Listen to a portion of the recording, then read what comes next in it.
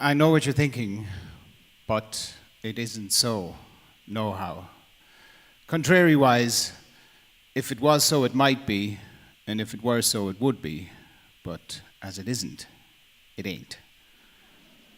That's logic. So those are the immortal words of that heavyweight duet of literature, Tweedledum and Tweedledee. So I'm very honored to perform for you tonight The Walrus and the Carpenter by Lewis Carroll.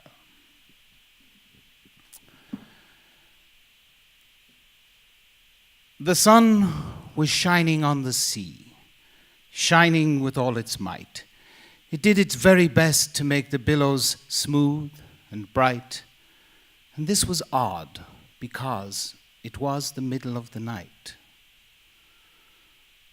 The moon was shining sulkily because she thought the sun had got no business being there after the day was done. "It's very rude of him," she said, "to come and spoil the fun." The sea was wet as wet could be.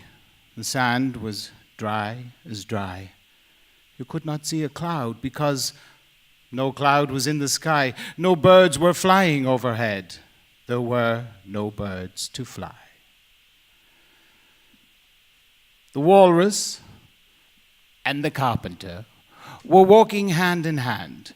They wept like anything to see such quantities of sand. "If this were only cleared away," they said, "it would be grand. If 7 maids with 7 mops swept it for half a year, do you suppose," the walrus said, "that they would get it clear?" "I doubt it," said the carpenter, and shed a bitter tear.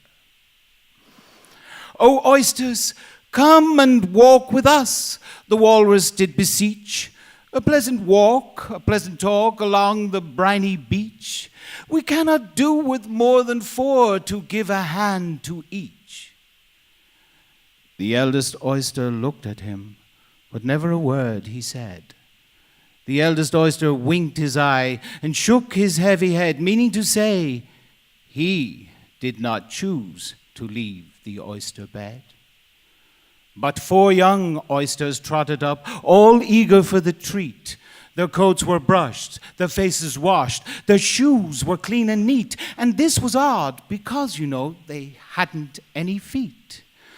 And 4 more oysters followed up, and yet another 4. And thick and fast they came at last, and more and more and more, all hopping through the frothy waves and scrambling to the shore. The walrus and the carpenter walked on a mile or so, and then they rested on a rock, conveniently low. And all the little oysters stood and waited in a row. "The time has come," the walrus said, "to talk of many things, of shoes and ships and sealing wax, of cabbages and kings, and why the sea is boiling hot, and whether pigs have wings." "But wait a bit," the oysters cried, "before we have our chat, for some of us are out of breath and all of us are fat." "No hurry," said the carpenter, and they thanked him much for that. "A loaf of bread," the walrus said, "is what we chiefly need. Pepper and vinegar besides are very good indeed. Now, if you're ready, oysters dear, we can begin to feed." "But not on us," the oysters cried, turning a little blue. "After such kindness, that would be a dismal thing to do." "The night is fine," the walrus said. "Do you admire the view? It was so very kind of you to come, and you are very nice."